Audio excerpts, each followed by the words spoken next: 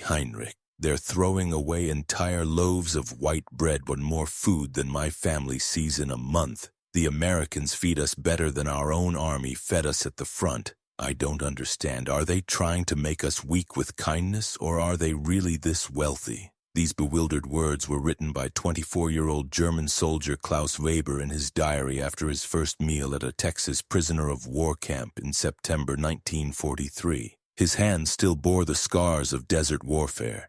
His eyes carried the exhaustion of hunger, but what he saw on the plate before him would shatter everything he believed about his enemy and his own country's strength. What Klaus experienced wasn't just a meal. It was his first glimpse into American abundance that defied every piece of Nazi propaganda he had ever heard. The United States was supposedly a weak, divided nation on the verge of economic collapse, yet here they were feeding enemy prisoners better than Germany fed its own elite troops. This contradiction would force Klaus and thousands of other German POWs to question everything they thought they knew about the war, their cause, and the true balance of power between nations. Today you'll hear the complete story through Klaus Weber's detailed diary, discovered in 1987 when his Texas host family donated his belongings to a local museum. His water-stained pages reveal not just the shock of American food abundance, but a profound transformation of worldview that occurred one meal at a time, as German soldiers realized they were fighting an enemy whose casual generosity revealed industrial and agricultural might beyond their wildest imagination. If these forgotten stories of how abundance can be more powerful than any weapon move you, please subscribe to our channel for more untold tales from history's most revealing moments. Klaus Weber had grown up on a small farm in Bavaria, where his family had struggled through the economic chaos of the Weimar Republic in the early years of Nazi rule. Born in 1919, he had witnessed firsthand the transformation of Germany under Hitler, including the gradual improvement in food supplies that accompanied rearmament and territorial expansion. When he was drafted into the Wehrmacht in 1941, Klaus genuinely believed he was serving a nation that had solved the problems of hunger and unemployment that had plagued his childhood. The reality of military service had been sobering but not disillusioning. Klaus served with the Afrika Korps under Rommel, where the legendary Desert Fox had achieved remarkable victories against British forces throughout 1941 and early 1942. The food situation in North Africa was challenging but not desperate.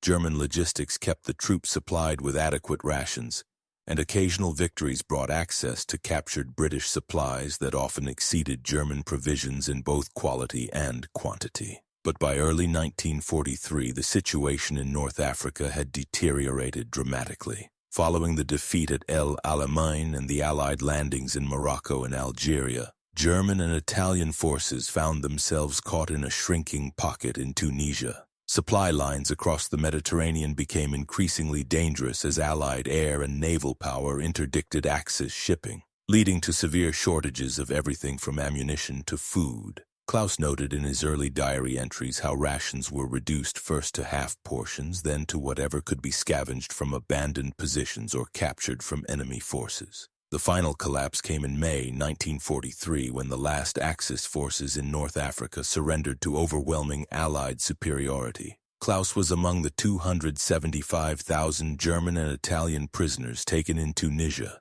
men who had fought bravely but been overwhelmed by enemies who seemed to have unlimited resources. His capture came after 3 days without food, during a desperate breakout attempt that failed when his unit was surrounded by American armor and artillery that appeared to have unlimited ammunition to expend on even small groups of retreating soldiers.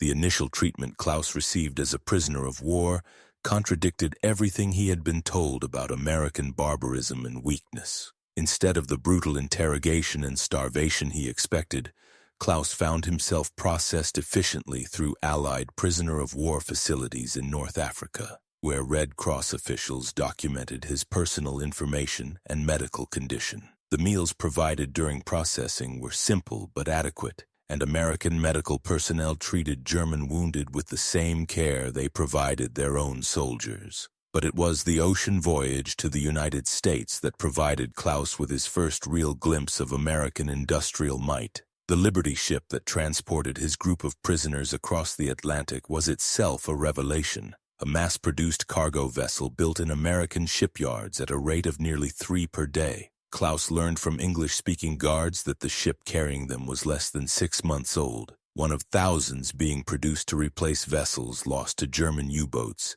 and to support the global war effort on multiple continents simultaneously. The food provided during the Atlantic crossing challenged every assumption Klaus had made about American society and military organization. Meals were served 3 times daily on metal trays that contained portions larger than anything Klaus had seen since before the war. White bread, canned meat, fresh vegetables, real coffee, and even occasional desserts appeared with mechanical regularity, as if the Americans had solved the basic problem of logistics that plagued every other military in the world. What struck Klaus most powerfully was the casual waste he observed among American personnel. Guards would leave half-eaten sandwiches on tables, pour out unwanted coffee, and discard food that would have been precious in the German army. His diary noted the psychological impact of this waste. "They throw away more food in one day than my unit in Africa saw in a week. Either they are trying to demoralize us with displays of abundance,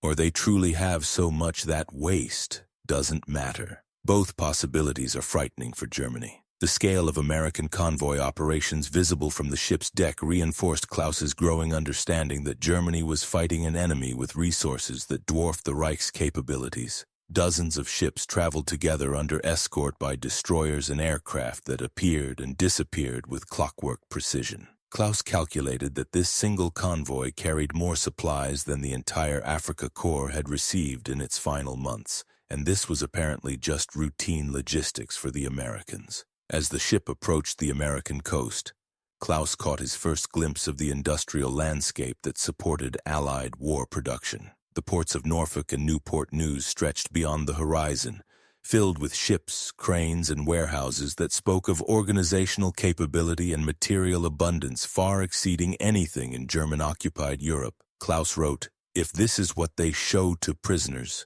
what must they hide from us? How can Germany compete with a nation that builds ships faster than we can sink them?"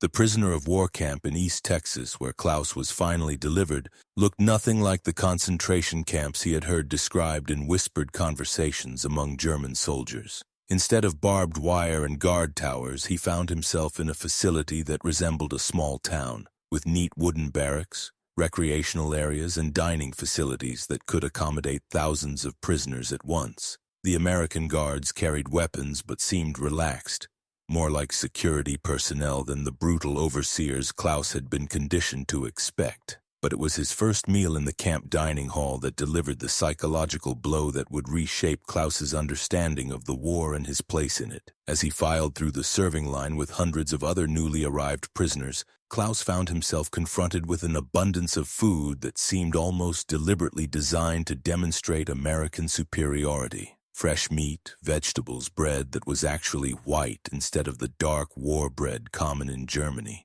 Milk, coffee, and portions that seemed designed for men twice his size. Klaus's diary captured his immediate reaction. "The serving woman, a plump German-American who spoke perfect German, filled my tray with more food than I had seen in months. When I hesitated, thinking there must be some mistake, she smiled and told me there was more if I was still hungry after finishing. I thought she was mocking me, but her kindness seemed genuine. How can our enemies afford to feed us better than our own army fed us?" The dining hall itself reinforced the message of American abundance and organizational efficiency. Hundreds of prisoners sat at long tables, all eating the same generous portions, while American staff moved efficiently to clear tables and prepare for the next seating. The waste Klaus observed was staggering from his perspective. Men leaving food on their plates, entire portions thrown away because prisoners couldn't finish the enormous servings. The psychological impact was deliberate and devastating. These Americans had so much food that waste was acceptable, even among prisoners. Did you know that German POWs in American camps often received better nutrition than German civilians and even many German soldiers? The contrast was deliberate policy designed to demonstrate American strength and undermine enemy morale. But perhaps most unsettling for Klaus was the realization that this abundance extended beyond food to every aspect of camp life. clean barracks with individual beds, medical care that exceeded what German soldiers received at the front, recreational facilities including libraries and sports equipment, and even opportunities for education and correspondence with family back home. The Americans were treating their enemies better than Germany treated its own citizens, and they were doing so with such casual efficiency that it appeared effortless. The conversations Klaus had with other prisoners that first night revealed the widespread impact of this psychological warfare through kindness. Men who had arrived prepared to endure brutal captivity found themselves instead grappling with cognitive dissonance between Nazi propaganda about American weakness and the reality of American abundance. Some maintained their ideological commitment by arguing that the food was drugged or that the kindness was a trap, but others began to voice doubts about everything they had been told about the war and their enemies. Klaus wrote extensively about the moral confusion created by American generosity. If they are devils as we were taught, why do they feed us so well? If they are weak as propaganda claims, how do they have so much to spare for prisoners? Either our leaders lied to us about our enemies, or our enemies are so strong that feeding thousands of prisoners means nothing to them. Both possibilities suggest that we may have chosen the wrong side in this war. As weeks turned into months in the Texas camp, Klaus began to understand that the food abundance he experienced daily was not a special program designed to impress prisoners, but simply the normal operation of American society applied to prisoner of war management. The camp received regular deliveries of fresh food from local suppliers, and Klaus learned that American prisoners of war were fed according to Geneva Convention standards that happened to exceed the normal diet of many German civilians even before the war. Through conversations with German-speaking guards and civilian workers, Klaus gained insight into the American food production system that supported not only the domestic population and military forces, but also allied nations, and now hundreds of thousands of prisoners. American agriculture had been mechanized to a degree that seemed almost science-fictional to a man raised on a Bavarian farm where horses still provided most of the power. Single farms in Texas and the Midwest were larger than entire German districts and produced more food than Klaus had thought possible. The industrial basis of American food production became clear when Klaus was assigned to work details that brought him into contact with local civilian life.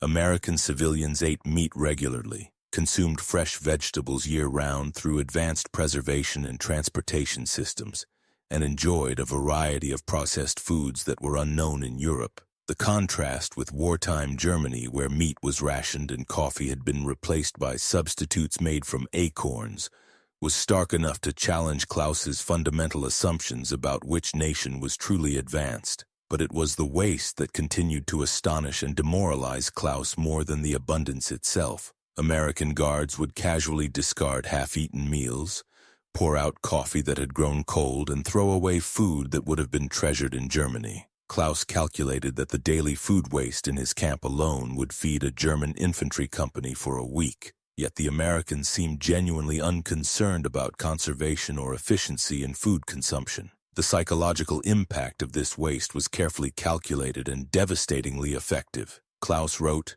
"They are not trying to impress us with their abundance. They are showing us that abundance is so normal for them that waste doesn't matter. This is more frightening than any weapon they could point at us. How do you fight an enemy who has so much that feeding you well costs them nothing?" Klaus also began to understand the broader economic implications of American food abundance through his interactions with other prisoners who had been captured in different theaters. Men taken in Italy reported similar levels of abundance in camps there, while those captured earlier in North Africa described seeing American supply operations that dwarfed anything in the German military. The pattern was consistent. America was not just winning the war through superior numbers or technology, but through an economic system that could support global warfare while maintaining domestic abundance that exceeded European peacetime standards. The realization that America was fighting a global war while feeding its enemies better than Germany fed its own people drove home the scale of American power in ways that no amount of propaganda could counteract. Klaus began to correspond with family members in Bavaria, carefully avoiding censorship while trying to convey his growing understanding that Germany was fighting an opponent whose strength had been fundamentally misunderstood by Nazi leadership. By the spring of 1944, Klaus had been in American captivity for nearly a year, and the letters he received from his family in Bavaria painted a picture of life in Germany that stood in stark contrast to his experience as a prisoner of war. His younger sister wrote about ration cards that provided barely enough food to survive, while his mother described neighbors who had not seen meat in months. The bombing of German cities had disrupted food distribution networks, and the demands of the military had stripped agriculture of both manpower and resources. The moral weight of eating well while his family hungered created a crisis of conscience that Klaus struggled to articulate in his diary. American authorities allowed prisoners to send letters home, but censorship prevented him from describing the abundance he witnessed daily. He found himself in the impossible position of wanting to reassure his family while being unable to explain that he was safer and better fed in enemy captivity than he had ever been in German service. Klaus's sister Greta wrote particularly affecting letters about the hunger that had become a constant presence in German civilian life. She described children who had never tasted chocolate, adults who had forgotten what coffee tasted like, and families who celebrated when they could obtain enough potatoes to feel full for a single meal. The contrast with Klaus's daily experience of American abundance created guilt that interfered with his sleep and made eating feel like a betrayal of his people. But perhaps more disturbing than the food situation were Greta's descriptions of the ideological atmosphere in wartime Germany. Nazi authorities had responded to military setbacks and domestic hardship by intensifying propaganda about final victory and the need for sacrifice. Klaus realized that his family was being asked to endure increasing hardship for a cause that was already lost, while American prisoners lived better than German civilians had even before the war. The letters also revealed the extent to which German propaganda had misrepresented American society and military capability. Klaus's family continued to believe that America was on the verge of economic collapse, that American soldiers were poorly trained and motivated, and that German secret weapons would soon turn the tide of war. Klaus found himself unable to correct these misperceptions without revealing information that would be censored, leaving him to watch helplessly as his loved ones clung to false hopes. How do you think Klaus felt reading about his family's hunger while eating 3 full meals a day as a prisoner? The psychological burden of this role reversal affected thousands of German POWs in similar situations. The arrival of Red Cross packages from home provided the most painful contrast of all. These packages, sent at great sacrifice by German families, contained items that were precious rarities in wartime Germany. A small piece of sausage, ersatz coffee made from roasted grain, hard black bread that had been saved from daily rations. Klaus found himself weeping as he opened packages that represented enormous sacrifice by his family. Knowing that he had access to better food every day as an American prisoner than his loved ones could obtain as German citizens. The psychological impact of this role reversal was carefully documented by American intelligence officers who recognized the propaganda value of treating prisoners well while their families suffered at home. Klaus began to understand that American generosity toward prisoners was not just humane policy, but strategic psychological warfare designed to undermine German morale and demonstrate the futility of continued resistance. The war in Europe ended in May 1945, but Klaus Weber remained in American custody until early 1946. As Allied authorities processed millions of prisoners for repatriation to a Germany that had been fundamentally transformed by defeat and occupation. During his final months in the Texas camp, Klaus witnessed the full revelation of American industrial and agricultural might as the United States simultaneously demobilized its massive military while launching the Marshall Plan to rebuild European economies. The abundance that Klaus had experienced as a prisoner proved to be just a small sample of American productive capacity. As victory celebrations began, American authorities relaxed restrictions on prisoner activities and allowed more interaction with local civilians. Klaus found himself invited to work on local farms and businesses, where he gained first-hand experience of American agricultural and industrial methods that explained the abundance he had witnessed throughout his captivity. Working on a Texas cattle ranch, Klaus discovered that American agriculture operated on a scale that dwarfed European farming. Single ranches covered areas larger than entire German districts, while mechanization allowed a handful of workers to produce more food than hundreds of European farmers. The casual efficiency with which Americans produced food abundance became clear when Klaus realized that feeding thousands of prisoners represented a negligible burden on an agricultural system that was simultaneously supplying Allied forces worldwide and maintaining domestic consumption standards that exceeded European peacetime levels. Perhaps most significantly, Klaus began to understand that American treatment of prisoners reflected fundamental values about human dignity and economic abundance that differed profoundly from European traditions. Americans fed prisoners well not because they were soft or weak, but because they could afford to do so without sacrifice. This abundance was not accidental, but the product of economic and political systems that had created unprecedented prosperity even while fighting a global war.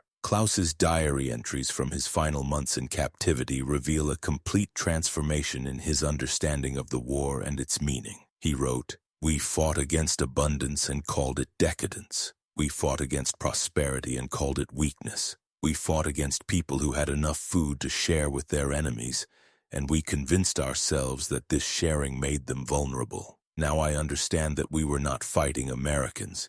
We were fighting the future." The repatriation process itself provided a final lesson in American organizational capability and human decency. Klaus and thousands of other prisoners were processed efficiently through facilities that provided new clothing, medical care, and transportation back to Germany. Even in this final interaction, American authorities maintained the same casual abundance that had characterized Klaus's entire captivity experience, treating former enemies with consideration that exceeded what many had received from their own government. Klaus returned to Bavaria in March 1946 to find a devastated landscape that contrasted sharply with the abundance he had experienced in American captivity. His family had survived the war, but they were living in conditions of severe privation that made his descriptions of American camp life seem like fantasies. The guilt he felt about his comfortable captivity was balanced by gratitude for the perspective it had given him about the true balance of power in the modern world.